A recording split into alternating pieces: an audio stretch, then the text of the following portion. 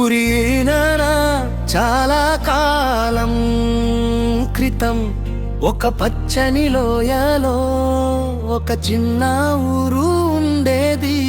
ఆ ఊరి పేరు శాంతిపురం.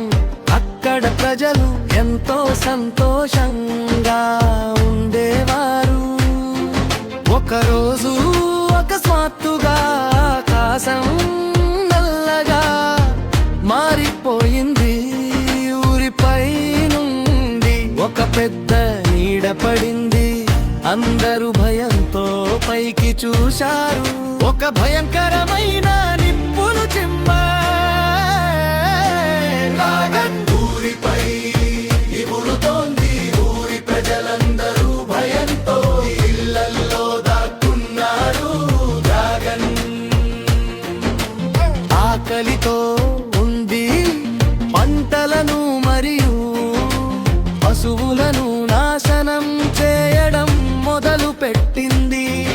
ఊరి పెద్దలు ఏం చేయాలో పాలు పోక తలలు పట్టుకున్నారు. ఆ ఊరిలో ఇద్దరు ధైర్యవంతులైదో ఇల్లిలువురు ఉండేవారు. గౌరాజు మరియు రాణి. వారు భయపడకుండా ఏదో ఒకటి చేయాలని నిర్ణయించుకున్నారు. ఒక రాత్రి అందరూ నిద్రపోతున్నప్పుడు వారు రహస్యంగా ఊరి నుండి బయటకు వచ్చి డ్రాగన్ నివసిస్తున్న కొంక గుహ వైపు వెళ్ళారు.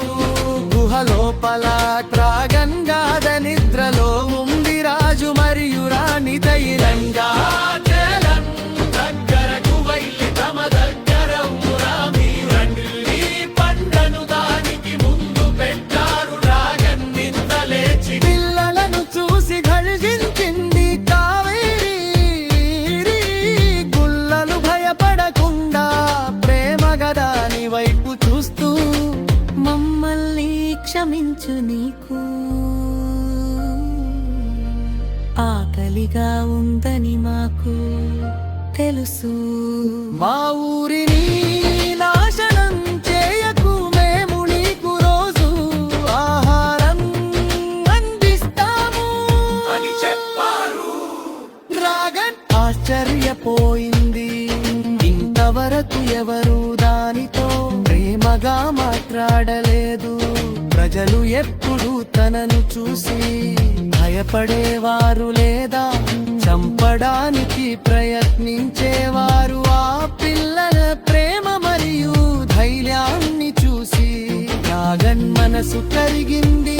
అది పిల్లలు తెచ్చిన పండ్లను తిని వారితో స్నేహం చేయడానికి ఒప్పుకుంది. మరుసటి రోజు ఉదయం పిల్లలు డ్రాగన్ ఊరిలోకి తీసుకువచ్చారు. ఊరి ప్రజలు మొదట భయపడ్డారు. మరియు డ్రాగన్ ప్రేమగా ప్రవర్తించడం చూసి ఆశ్చర్యపోయారు. డ్రాగన్ తన నిప్పులతో ఊరి పొలాలకు నీరు పెట్టడంలో, పెద్ద బండరాళ్లను పక్కకు జరపడంలో సహాయపడింది. ఊరి ప్రజలు మరియు డ్రాగన్ స్నేహంగా జీవించడం మొదలు పెట్టారు. కొన్ని రోజుల తర్వాత పొరుగు ఊరి నుండి వచ్చిన దొంగల ముఠా శాంతిపురంపై దాడి చేసింది. వారు ఊరిని దోచుకోవడానికి ప్రయత్నించారు.